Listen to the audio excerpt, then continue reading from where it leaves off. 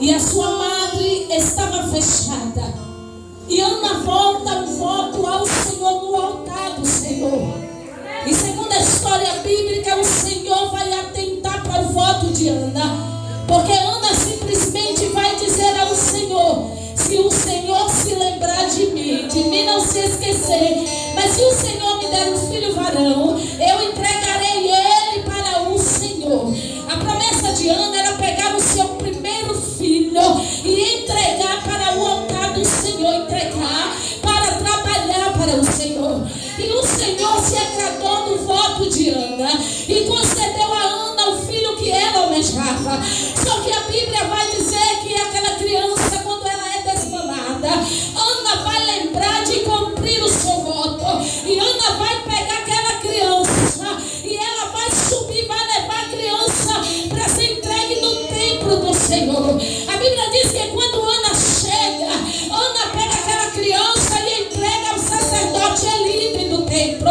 E ela vai dizer: olha, lembra de mim, sacerdote, quando eu botei um voto ao Senhor. Aqui eu vim hoje cumprir com o voto que eu fiz ao Senhor, entregando esta criança para o Senhor. A Bíblia diz que Samuel, ele vai crescer no templo do Senhor.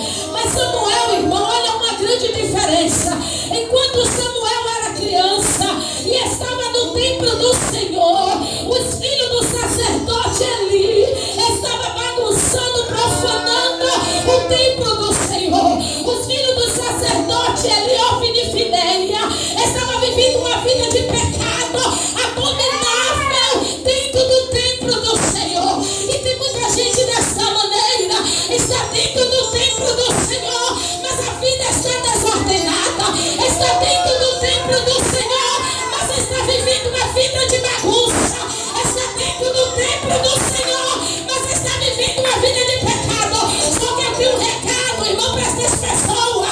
Deus, ele pode até não estar chamando a tua atenção hoje, mas amanhã o Senhor terá um acerto de conta com essas pessoas.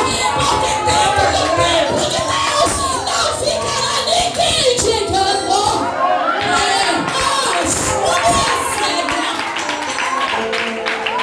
Enquanto os filhos do sacerdote bagunçavam, viviam uma vida de pecado, Samuel crescia servindo a Deus. O pecado dos filhos de Eli acendeu a ira de Deus.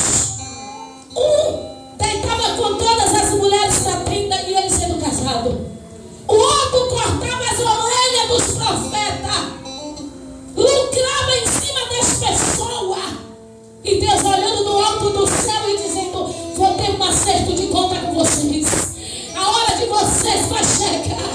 Eu estou somente dando corda, porque a minha hora, o meu momento, o meu tempo vai chegar na vida de vocês. E quando o tempo de Deus chega, chega com justiça. A Bíblia diz que Samuel ali não se contaminou, mas Samuel crescia servindo ao Senhor. Samuel crescia adorando ao Senhor. Samuel crescia servindo a Deus dentro do templo. E um certo dia Samuel ainda era menino. A voz de Deus chama Samuel. Só que Samuel não entendia ainda a voz do Senhor. A voz do Senhor vai chamar ele pela primeira vez. Ele corre para o quarto do sacerdote. E o sacerdote vai dizer: eu não te chamei, volta, filho meu. A segunda, a terceira vez ele vai também. Na terceira, Eli entende que era o Senhor chamando Samuel. Eli entende que era o Senhor querendo ter um particular com Samuel. E ele vai dizer: filho, volta. E quando a voz te chamar, diz: fala, Senhor, que o teu servo ouve. E pela quarta vez a voz veio, e Samuel atendeu a voz do Senhor e disse: fala, Senhor, porque o teu servo ouve. Samuel ainda era menino, irmão, e já temia Deus. Samuel ainda era menino e já acreditava em Deus. E tem muitos crentes velhos dentro da igreja que não tem mais temor a Deus. Muitos crentes velhos dentro da igreja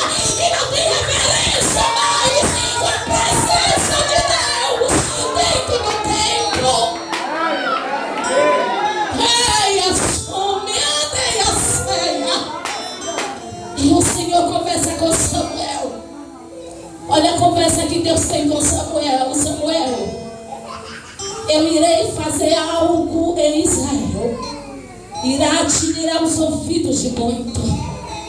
Eu levantei profeta à casa de Eli e ele não me deu ouvido. Há uma consequência muito grande quando nós não damos ouvido à voz de Deus. Quando Deus levanta profeta para dizer: endireita os teus caminhos, entra pela porta, conserta a tua vida. E aí nós queremos ser mais santo do que os outros e dizer: quem é você para dizer que é para eu entrar pela porta? Você não sabe como está a minha vida de fato. O profeta não sabe, mas aquele que tem olhos como chama de fogo, que conhece a minha vida e a tua por dentro e por fora, sabe. Ele sabe como nós estamos na sua presença. É assim mesmo, Pai. Ele sabe. Eu levantei profeta para a casa de Eli, mas ele não deu ouvido. E eu em um só dia vou destruir com a casa de Eli. Aí nós hoje acreditamos que Deus é amor. De fato Ele é amor, mas Ele também é justiça. O amor e a justiça trabalham junto. Porque se Deus trabalhar só com amor, o crente faz o que ele quer, o crente anda no caminho que ele bem quer. Mas Deus diz assim: não, a minha justiça trabalha junto com o amor. O meu amor é para te trazer para a minha presença. O meu amor é para você permanecer na minha presença. Mas quando você querer desviar, quando você tomar o teu caminho, eu entro com a minha justiça para te mostrar que eu sou Deus e que com Deus não se brinca. Em um só dia eu vou destruir com a casa de Eli. E quando Deus fala, Deus cumpre com a sua palavra. A Bíblia diz que Deus vai levantar os filisteus.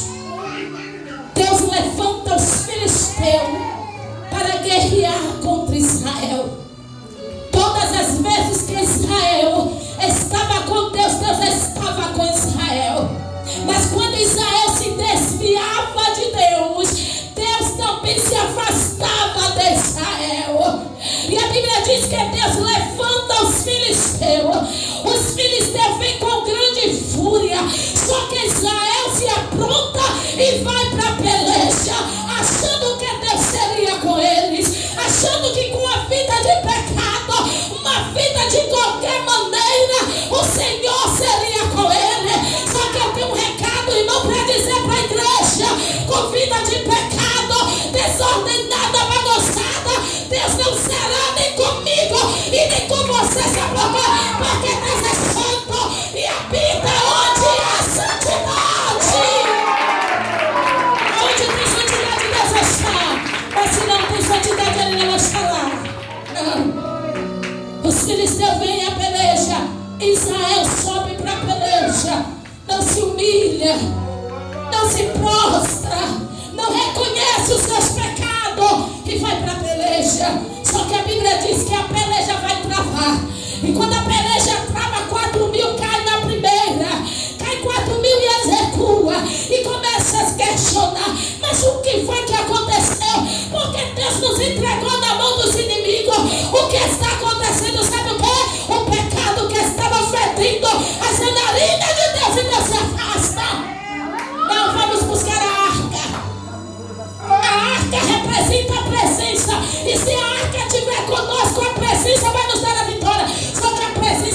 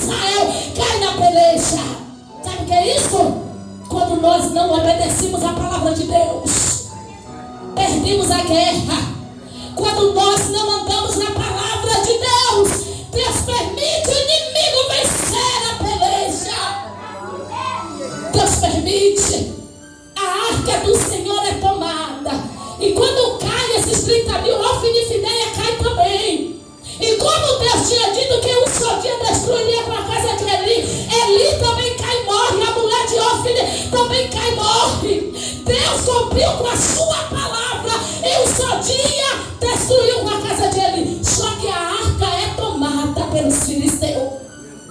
E os filisteus pegam a arca do Senhor e levam para o templo de Dagon. E agora os filisteus vão comemorar sua vitória. Só que os filisteus não sabiam que quem entregou Israel na mão dele foi o próprio Deus. Foi o próprio Deus de Israel que entregou na mão dos seus inimigos. Eles vão comemorar a vitória. A Bíblia diz que eles estão a noite toda comemorando a vitória, porque ele venceu e levou os deuses de Israel. Aí a Bíblia diz que quando eles estão lá comemorando, a arca está no templo de Dagon. E quando eles estão comemorando a vitória deles, vai haver um grande, segundo estudiosos, um grande estrondo dentro do templo de Dagon.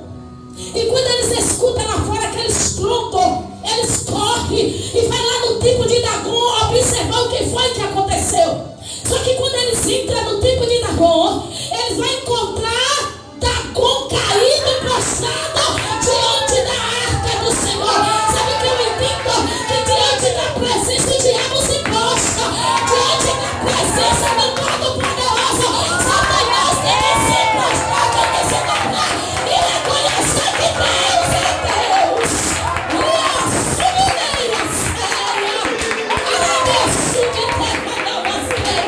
Ele tem que se prostrar diante da presença de Deus. Dagon estava caindo prostrado diante da arca. E aí a Bíblia diz que eles levantam Dagon. Simplesmente ele vai achar que foi um acidente. Mas ali foi Deus dizendo: se prostra, Satanás. Se prostra, porque você não manda, não tem poder nenhum. Se prostra, porque quem manda aqui sou eu. Se prostra, porque quem tem poder aqui sou eu. Se prostra, porque eu que dou ordem. Aqui o templo é teu, mas a ordem que dá sou eu. Eles vão levantar Dagon. Mas a Bíblia diz que no dia seguinte eles entram de novo no templo de Dagon. E de Dagon não tinha mais nada, só o tronco, porque não tinha braço, perna, não tinha mais nada. E sabe o que Deus vai fazer, irmãos? A mão de Deus poderosa desce sobre os filisteus. Deus fere a terra dos filisteus com uma grande praga de hemorroida. É por isso que eu digo: não brinca com Deus, porque quem brinca com Deus morre ou enlouquece. E Deus vai tocar nos filisteus. Deus vai mostrar para os filisteus que o poder, o domínio estava sobre ele.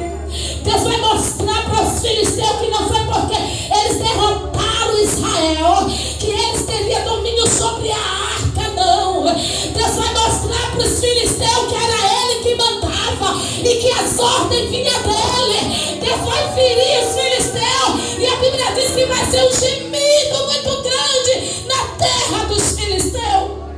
E eles não vão suportar mais a arca lá.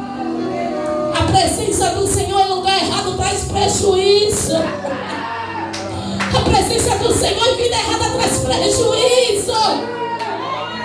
Quem estava ali não era simplesmente uma arca.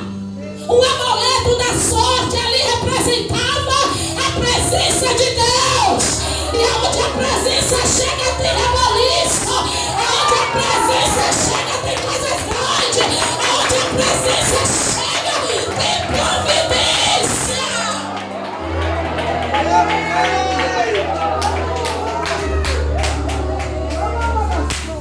Eles vão tirar a arca, não. Não podemos deixar esta arca aqui. Porque a mão do Deus de Israel é muito forte contra o nosso povo. Vamos tirar esta arca daqui. Arrumaram tudo. Pegaram um animal novo. Botaram a arca. Levaram a arca. Tiraram a arca de lá. Só que a Bíblia diz que a arca, ela vai para Bet-Seme. E quando ela chega em Bet-Seme, os curiosos de Bet-Seme vai olhar para dentro da arca. Dentro da arca havia um segredo de Deus. Dentro daquela arca havia um segredo de Deus. Dentro da arca havia a tábua dos 10 mandamentos. Dentro da arca havia a vara que foi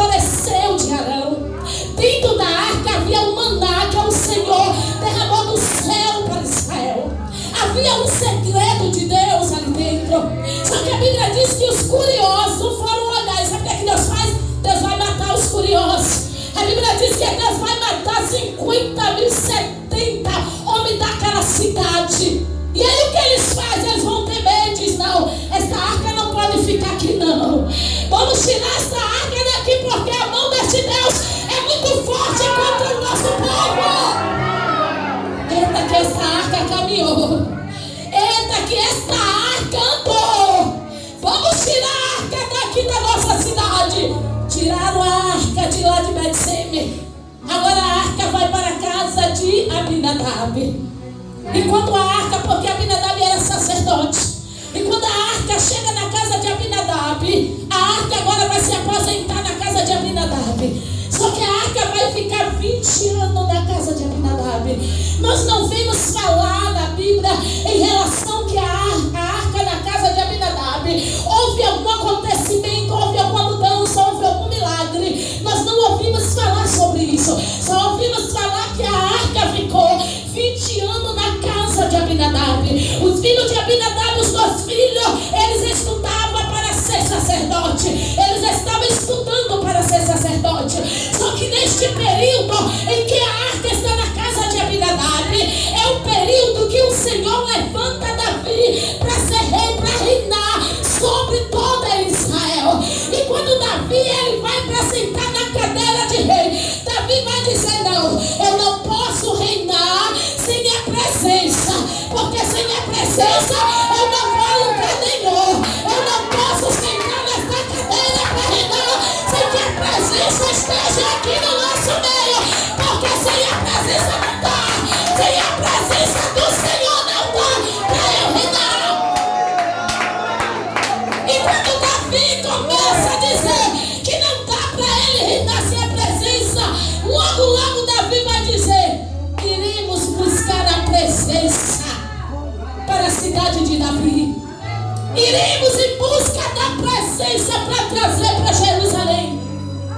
Só que a Bíblia vai dizer que Davi, irmãos, ele vai agir de uma maneira sem sabedoria. Porque quem carregava a arca eram sacerdotes e levitas que carregavam a arca. E Davi, sem sabedoria, sem consultar a Deus. Assim tem muitos que não consultam a Deus e tomam decisões precipitadas. E depois tropeça. Porque Deus, o Senhor, deixou acontecer. E Deus está dizendo assim: ei, eu não tenho nada a ver com este negócio. Você não me perguntou. Você não pediu minha opinião. E por que agora está me perguntando por que eu deixei acontecer? Aí a Bíblia diz que Davi tomou uma decisão sem consultar a Deus. Davi preocupado com a presença, em trazer a presença. Davi preocupado, irmão, em reinar com a presença. E quando ele chega na casa de Abinadab, a Bíblia vai dizer que ele pega a arca e coloca em cima de animal. A arca era a presença, havia segredo de Deus. Não era para ser carregada em cima de animal, mas era para levitas e sacerdotes carregar a arca no ombro. Davi pega a arca e coloca em cima do animal. E aí vem Davi glorificando, adorando, pulando e dançando na presença de todo o povo, adorando ao Senhor. E às vezes tem muita gente que adora de maneira errada ao Senhor. Deus não quer sacrifício, Deus quer obediência. Adoração com sacrifício Deus não recebe. Adoração com obediência chega até Deus. Vem Davi trazendo a arca, com todo aquele povo adorando ao Senhor.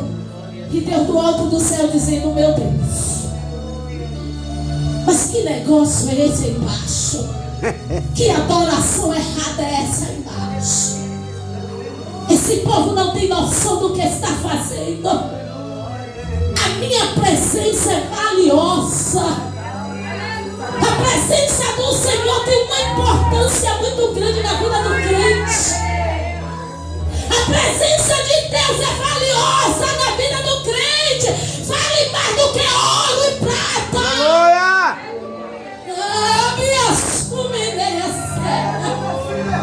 Você pode ser o maior homem ou mulher rica. A presença do Senhor é maior do que toda a riqueza na vida do homem.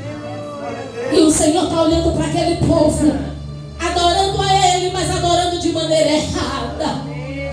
E quando de repente Deus, eu acredito que Deus vai dizer assim: ó, para ainda que eu vou dar uma parada neste negócio, para ainda que eu vou me intervir neste negócio, para aí que eu vou mostrar para eles a maneira de me adorar.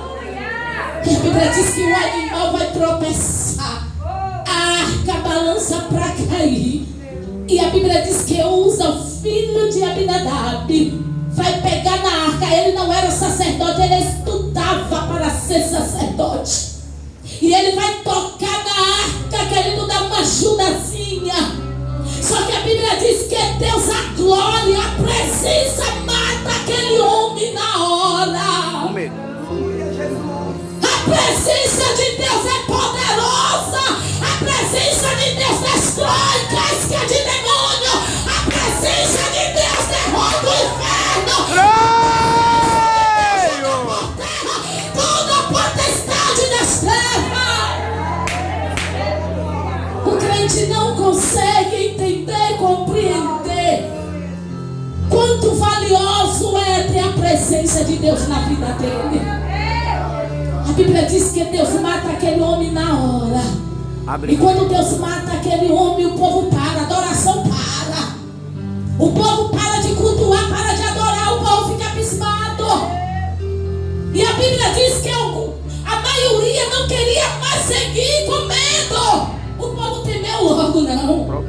Olha o que esse Deus fez com esse homem, que estava estudando para ser sacerdote, filho de sacerdote, servia o Senhor. Olha o que Deus fez com esse homem. Vamos voltar.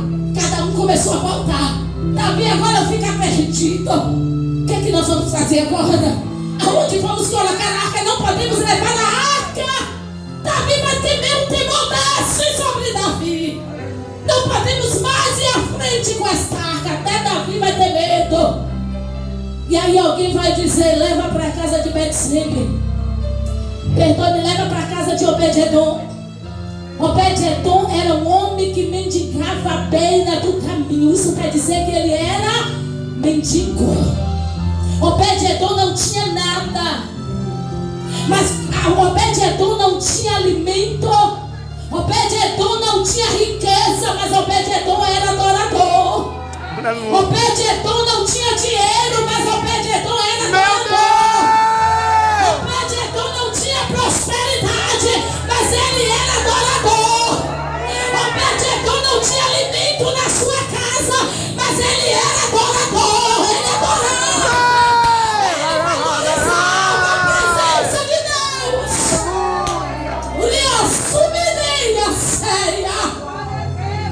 Leva para a casa de Obed-edom. Aleluia. Segundo estudioso, a mulher de Obed-edom era estéril. Só que quando a arca entra na casa de Obed-edom, de manhã Obed-edom não tinha o café, mas ele se prostrava diante da arca e adorava. Meio-dia Obed-edom não tinha comida na mesa, mas ele se prostrava diante da arca e adorava. À noite ele não tinha o café da noite, mas ele se prostrava diante da arca e ele adorava. E quando esse homem começou a adorar, quando esse homem valorizou a presença, Deus disse: não, eu tenho que fazer alguma coisa por este homem.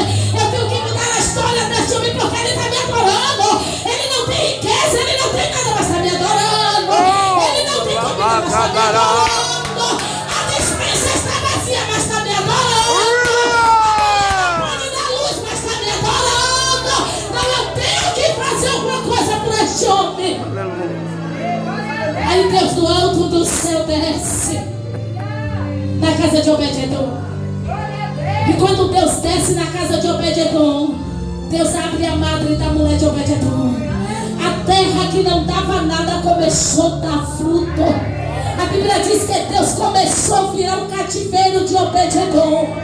Não precisou ninguém profetizar para Obed-edom. Não precisou ninguém chegar na casa de Obed-edom e dizer: Deus vai fazer, não. Foi o próprio Deus que desceu. Por causa da adoração daquele homem, Deus desceu.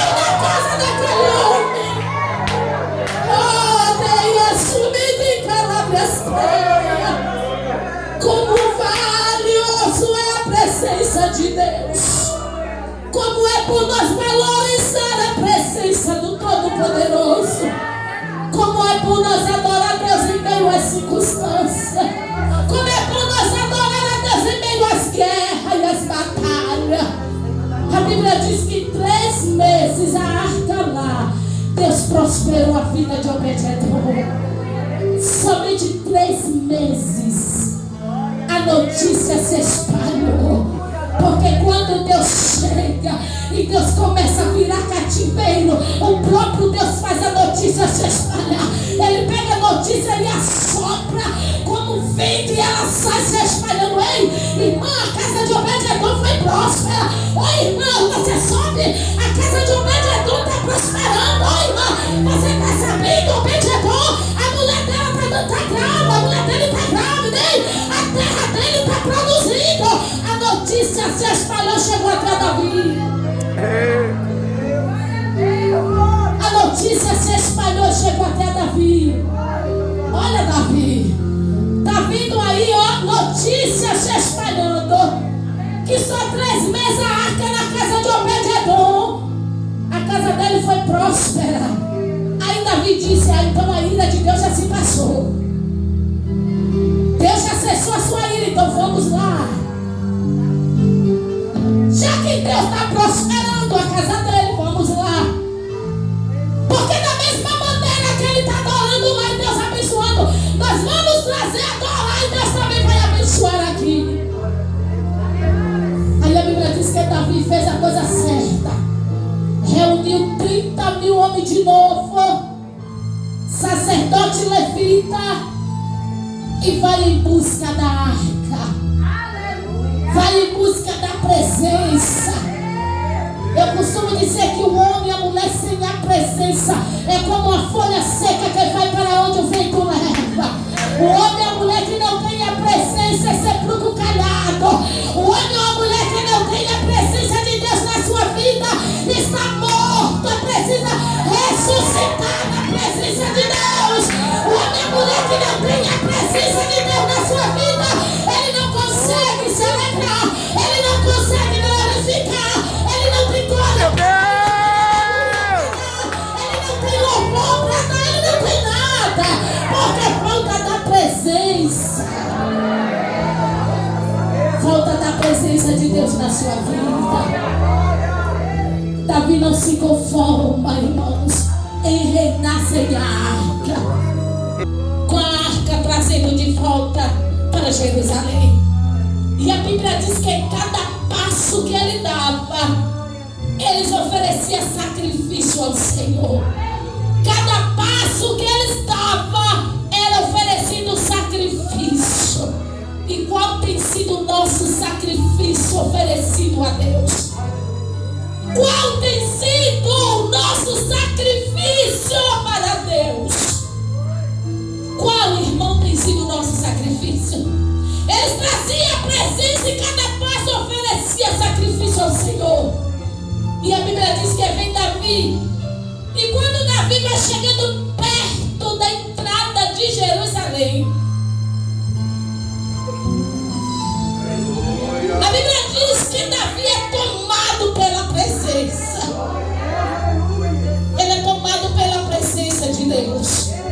E ele começa a pular. Ele começa a saltear. Ele começa a dançar na presença do Senhor. Davi é envolvido com a presença de Deus.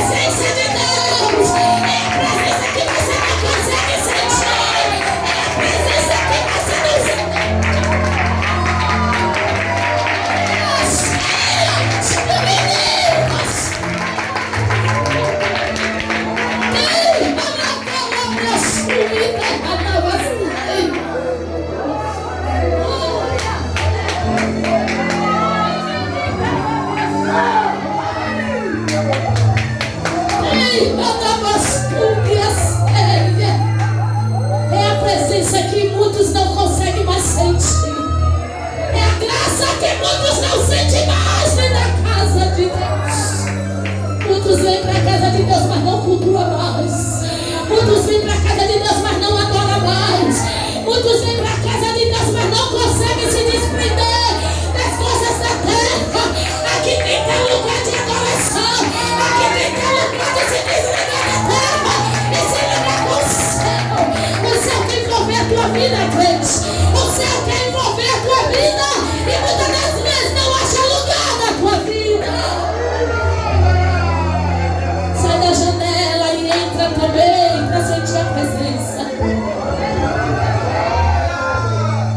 Desce deste salto, arreste nariz empinado e se envolve no meio da presença, porque a presença de Deus é importante. A presença de Deus é importante na vida do homem e da mulher. Para de estar julgando o teu irmão.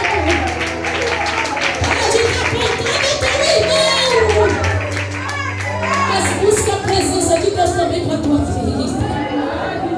Busca a graça de Deus para a tua vida. Busca de Deus que Ele derrama. Mical estava lá apontando Davi. Davi não estava nem aí. Davi estava adorando. Davi estava, irmãos, glorificando. Davi estava bailando na presença do Senhor. É melhor um crente Davi bailando na presença do Senhor do que um crente Mical na janela, apontando para o teu irmão, julgando o teu irmão e esquecendo de olhar para a sua própria vida, esquecendo de olhar para o teu pecado, como está diante de Deus.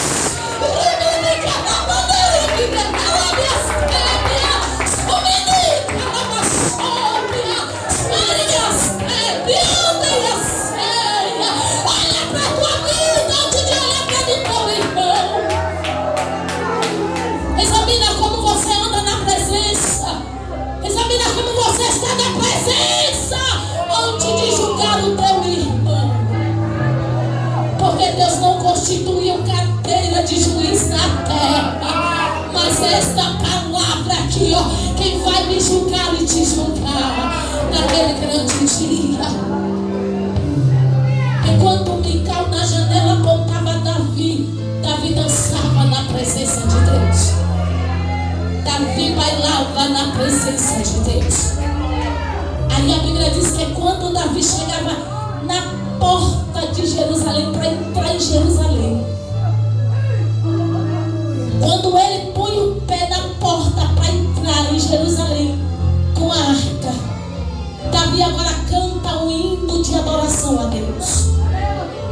Davi agora exalta a Deus com este salmo. Este salmo é um canto de Davi entrando em Jerusalém com a arca. Quando ele põe o pé dentro da cidade de Jerusalém, ele começa a adorar o Senhor. Quem está com a sua Bíblia aberta, acompanha comigo. Davi começa a adorar o Senhor, leu o salmo. Nós lemos, mas ali Davi louvou ao Senhor, dizendo: o Senhor é a terra e a sua plenitude, o mundo e aquele que nele habita, porque ele afundou sobre os mares e afirmou sobre o cio. Quem subirá ao monte do Senhor? Ou quem estará no seu lugar santo? Aquele que é